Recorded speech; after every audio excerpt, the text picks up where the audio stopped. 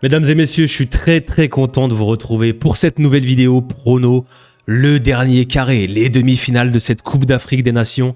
On y est, le Maroc, le pays hôte est bien au rendez-vous, là, qui va affronter le Nigeria, cette équipe hyper impressionnante. Et de l'autre côté, en face, le Sénégal, qui lui fera face à un tonton, le daron de cette compétition, l'Égypte, qui est bel et bien là, qui avance masqué, qui, de ces quatre équipes, va réussir à se hisser en finale pour aller atteindre le Graal, cette Coupe d'Afrique 2025. Installez-vous confortablement les gars et on va se faire des petits pronos. C'est parti, let's go! Bien évidemment, avant de commencer la vidéo, on n'oublie pas de soutenir la vidéo. On met le petit pouce, ça prend 2 secondes, c'est gratuit. C'est une manière pour vous de pouvoir soutenir la chaîne. Ça aide beaucoup pour le référencement, donc je vous demande de mettre le petit like. Et bien évidemment, ceux qui sont toujours pas abonnés, n'hésitez pas à vous abonner, c'est gratuit. Voilà, il y a des débriefs sur la chaîne, on fait des vidéos pronos. Le football européen reprendra avec le Real, le Barça, etc. La Champions League. Donc n'hésitez pas à vous abonner, le petit pouce. Et on est parti pour ces pronos des demi-finales. Ça promet, le plateau est très relevé.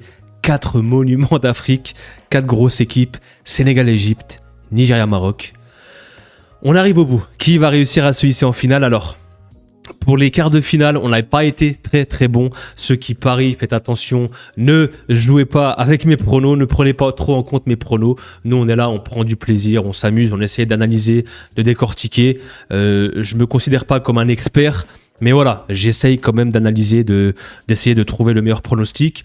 On s'est trompé avec la Côte d'Ivoire, je les voyais favoris, l'Égypte les a fait déjouer, vraiment une grosse équipe égyptienne qui est là, qui est en demi-finale, ils sont toujours présents, va falloir se méfier d'eux. En face, le Nigeria s'est défait de l'Algérie, c'était un match indécis pour moi, j'avais prédit un match nul, je savais pas trop de quel côté ça allait basculer. Le Nigeria a complètement éteint l'Algérie, pour ceux qui n'ont pas vu le débrief, je vous invite à aller voir la vidéo. Et on a aussi le Maroc contre le Cameroun, alors là pour le coup je suis très content de m'être trompé. Moi je suis derrière le Maroc, la madame est marocaine bien évidemment, la Tunisie s'est fait éliminer, donc nous on supporte le Maroc ici à la maison. Et honnêtement je voyais le piège camerounais, j'avais peur pour les Marocains, cette pression à domicile, et le Cameroun m'avait fait forte impression au tour précédent contre l'Afrique du Sud et lors de cette compétition tout simplement. Et honnêtement j'avais peur du piège camerounais. Pour le coup on a eu un récital aussi des Marocains. Ils les ont annihilés vraiment dans tous les domaines, que ce soit la pression, l'agressivité, techniquement, offensivement. Ça a été un récital et le Maroc se hisse en demi-finale de sa propre compète. Et honnêtement, là, il reste 2 matchs pour aller faire vibrer tout un pays. Ça serait incroyable. On va commencer gentiment avec ce Sénégal-Égypte. Le Sénégal qui s'est défait du Mali, le petit frère, le pays voisin. Bon, c'était un match un petit peu haché, pas facile pour les Sénégalais. Je me suis regardé un gros résumé, j'ai pas fait le débrief. Voilà, le Mali a quand même, quand même procuré quelques occasions en première mi-temps. Il y a eu cette grosse erreur du gardien, bien évidemment, Iliman Ndiaye qui vient ouvrir le score. Mais pour moi, ça a été un match très compliqué. De toute façon, dans cette CAN, si tu vas au bout, tu peux pas avoir un parcours hyper sain, hyper simple et dominer tous tes adversaires. Tu es obligé à un moment ou à un autre de rencontrer des difficultés, un match compliqué à remporter soit en prolongation, au penalty, par la plus petite démarche, par le plus petit des scores. C'est ce qui s'est passé avec ce Sénégal en quart de finale contre ses frères maliens. Et on a quand même une équipe assez sérieuse. Niakate Koulibaly derrière, les 2 Gueye au milieu de terrain. J'aime beaucoup les latéraux. Crépin Diatta qui fait une compète énormissime. Diouf qui a été préféré à Jacob. Il me semble qu'il est peut-être blessé, Ismaël Jacob, je suis pas sûr. Et offensivement, Diallo, qui a été préféré aussi à Jackson, Mané, Ndiaye. Donc, cette équipe du Sénégal qui pour moi, continue à être l'un de mes favoris pour cette compétition. De toute façon, les gars, quand on arrive dans le dernier carré, pour moi, toutes les équipes peuvent aller au bout. Voilà, ça va être très compliqué de ressortir des finalistes et un vainqueur. On sera là, on fait les demi-finales aujourd'hui, on fera la finale le week-end prochain bien évidemment. Mais aujourd'hui, ces 4 équipes peuvent prétendre au titre, largement. C'est très compliqué de ressortir une équipe. C'est vraiment des niveaux similaires. On a vraiment un niveau monstrueux. Le Sénégal qui affronte donc, comme j'ai dit, l'Égypte.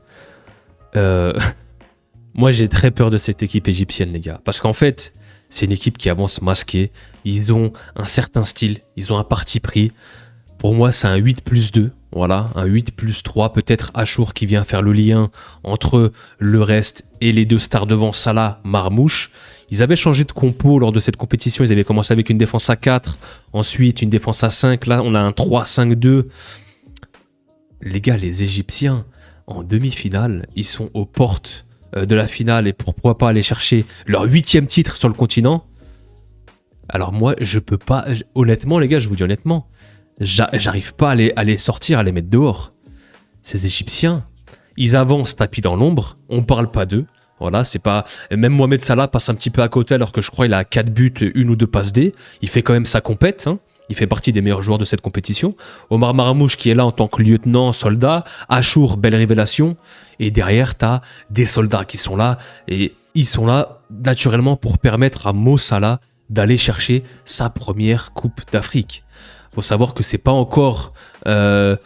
comment dire, la légende dans son pays, parce que chez eux, pour eux, tant que t'as pas gagné, pour une équipe, pour une nation qui a remporté 7 fois ce titre, si t'as un joueur qui l'a pas encore remporté, pour eux, c'est banal. Salah a besoin d'aller chercher ce titre, tout comme Messi l'a fait avec l'Argentine, tout comme CR7 doit le faire pour le Portugal, pourquoi pas cet été, on verra. Mais Salah se doit d'aller chercher ce titre.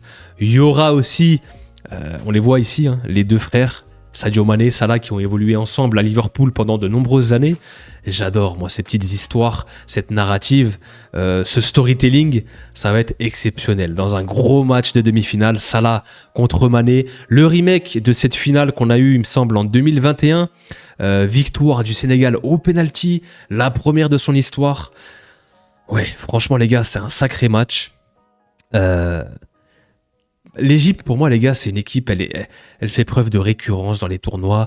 Elle a été là, elle s'est fait éliminer au tir au but contre la RDC lors de la dernière compétition. En 2021, comme j'ai dit, c'était cette finale contre le Sénégal, perdu au tir au but. Je crois en 2019, il y a une sortie de route. En 2017, ils sont aussi en finale. Ils sont toujours présents, ils seront toujours là. C'est une équipe hyper chiante à jouer, très très compliqué. Il y a des colosses derrière. J'aime beaucoup la compétition de Rabia. Il a été buteur contre la Côte d'Ivoire, ce but de la tête. Et j'aime beaucoup ce qu'il propose derrière. Fatih Ateya, très très solide au milieu, beaucoup très travailleur, beaucoup d'activité. Et comme j'ai dit, le trio devant, Achour, belle révélation. Ce super ballon externe qu'il met pour Mo Salah pour la victoire face aux Ivoiriens. Mo Salah, Marmouche, on les connaît devant. C'est les superstars de l'équipe. Et puis en face, tu as une équipe très complète. C'est un sacré match-up, difficile quand même à pronostiquer. Mais moi, comme je vous ai dit, les gars, j'ai du mal. J'ai du mal à sortir cette équipe de l'Égypte qui, pour moi, d'une manière ou d'une autre, va réussir à se défaire des Sénégalais. Qui, pour moi, je les voyais comme favoris. Je crois qu'au niveau des cotes, ils sont toujours favoris avec c'est le deuxième favori avec le Maroc. Mais moi, j'ai trop peur de cette équipe égyptienne. C'est une équipe qui, quand elle arrive dans les derniers tours, c'est très très compliqué à les sortir. Vraiment, ils ont ce savoir-faire, ils ont cette expérience, ils ont ce vice, que ce soit positif ou négatif. Non, franchement, cette équipe, les gars, le coach Hassan aussi, il a enfin trouvé peut-être sa recette. C'est une équipe qui grandit au fur et à mesure dans la compétition. Ils sont terrifiants aussi, et pour moi, c'est pas les plus beaux à avoir joué, mais ça va être les plus durs à sortir. Pour moi, avantage Égypte. J'ai pas de score exact, les gars, mais je vais parler en pourcentage pour cette demi-finale. Je dirais quand même un 60-40 pour l'Égypte. On passe à cette deuxième demi-finale, Nigeria-Maroc. Waouh, ça a une odeur de finale. Pour moi, les deux plus grosses équipes de cette compétition, celles qui ont montré plus de choses, qui m'ont le plus impressionné, honnêtement. Le Nigeria qui a fait un sans faute pour l'instant. Le Maroc aussi. Je crois qu'ils ont fait un match nul, il me semble. Mais le Nigeria, c'est que des victoires. Une équipe hyper impressionnante. Tant offensivement que défensivement aussi. Ça reste une équipe avec une colonne vertébrale, comme je l'ai dit. Bassey, Ndidi, Iwobi, Lookman, Osimhen, Adams. C'est un tronc, cette équipe, pour les bouger. Il faut se lever très très tôt. En face, l'équipe du Maroc, chez eux, à domicile, poussée par un stade en feu.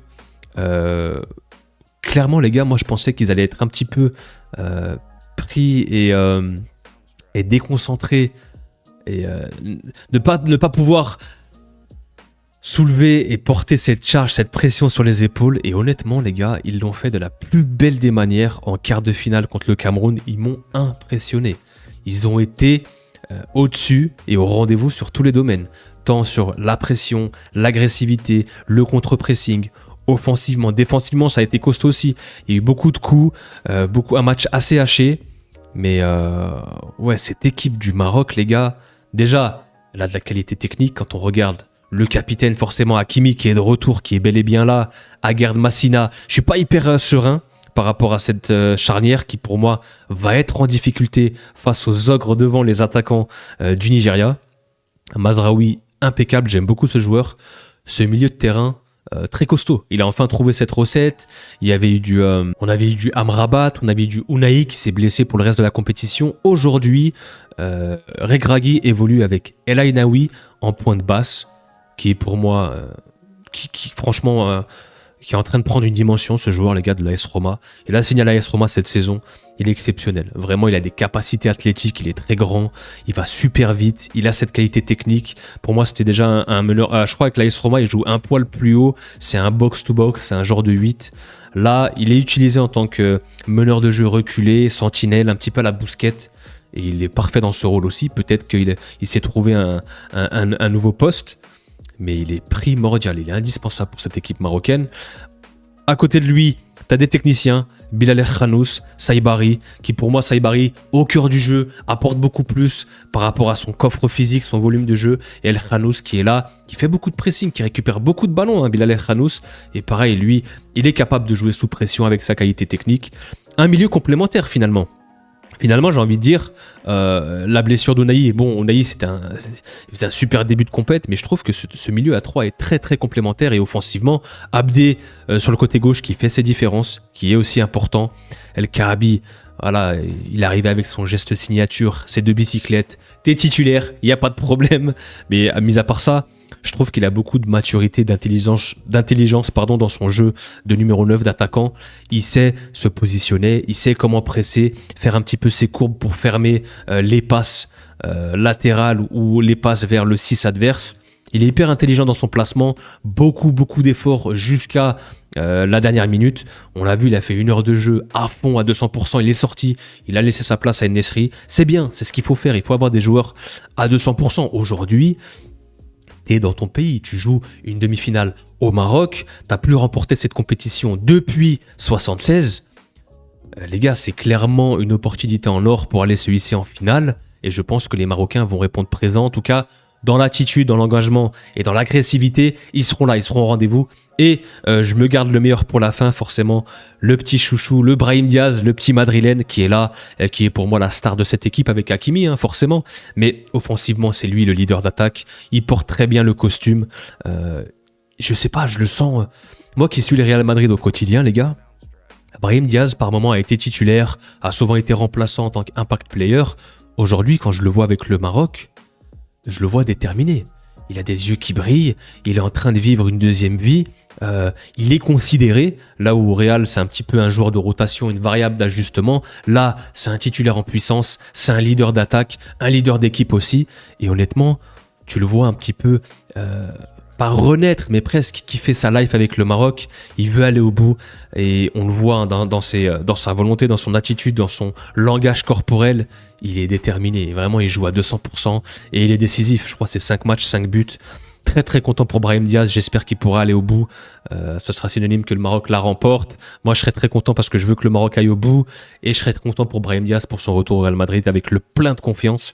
Ouais, franchement le Maroc, pour moi, qui va affronter cette équipe du Nigeria, terrifiante.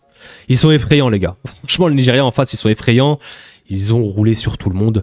Ils nous ont froissé, nous, en poule. La Tunisie n'a pas existé, même si le score peut dire le contraire. Quand tu regardes le 3-2, il y avait 3-0 au bout de 50 minutes de jeu. Hein, c'était plié bagage. Ils ont fracassé l'Algérie aussi en quart de finale. Les gars, c'est une équipe terrifiante. Comme j'ai dit, ils ont un équilibre. La densité physique de cette équipe, les latéraux sont hyper importants. J'ai beaucoup aimé Samuel, Onyemachi aussi. Le milieu à 3, Iwobi, Ndidi, Onyeka.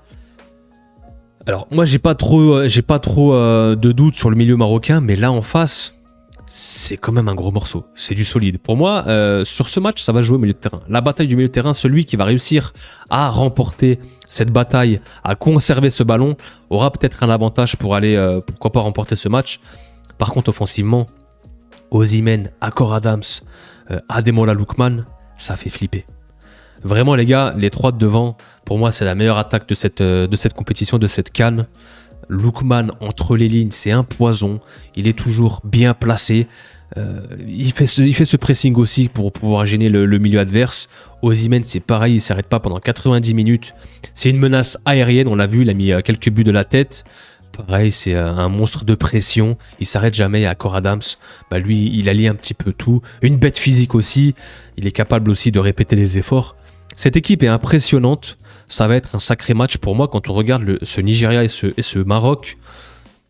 Si on se projette sur la Coupe du Monde, malheureusement le Nigeria n'y sera pas. C'est dommage parce que cette équipe aurait pu embêter beaucoup de nations en Coupe du Monde. Mais là, on est clairement sur un 8e ou un quart de finale en Coupe du Monde, hein, sans broncher, hein, sans forcer, vraiment. Hein. C'est vraiment deux grosses nations, hein, la 11e contre la 38e mondiale. Très indécis, mais honnêtement, peut-être que je pense que la ferveur, le stade, l'enjeu, le Maroc le fait. Le Maroc le fait, mais au bout du bout, ce sera peut-être un match nul. Les deux équipes vont s'annihiler. Et je pense que le Maroc le fait soit en prolongation, ou soit peut-être au penalty.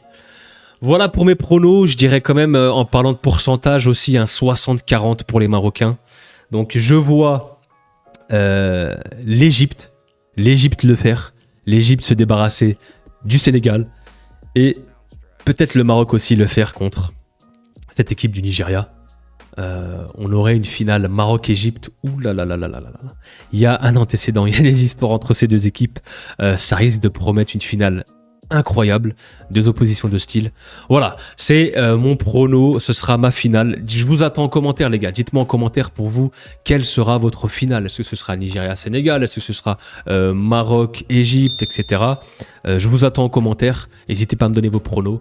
Et en tout cas, nous, on se retrouvera pour les débriefs forcément de ces demi-finales et on se retrouvera forcément pour l'avant-match de la finale et le débrief. On arrive gentiment au bout, il reste une semaine, quelques matchs et franchement moi je prends du plaisir. C'est une sacrée compétition et c'est une des plus belles CAN que j'ai vues actuellement, tant par visuel, les terrains, les équipes, le niveau global. C'est un petit peu dommage, j'espère qu'il n'y aura pas trop de faits d'arbitrage. On voit l'arbitrage c'est compliqué encore, il y a beaucoup d'erreurs, il y a la VAR qui ne fonctionne pas tout le temps, il n'y a pas de goal line technologie. Le continent africain doit encore faire des efforts là-dessus, mais au global ça reste quand même une sacrée compétition et on a hâte de voir qui est-ce qui va aller au bout. Je vous attends en commentaire les gars, n'oubliez pas le petit pouce, on s'abonne si vous kiffez la vidéo et puis nous on se revoit très très vite. Prenez soin de vous les gars, peace.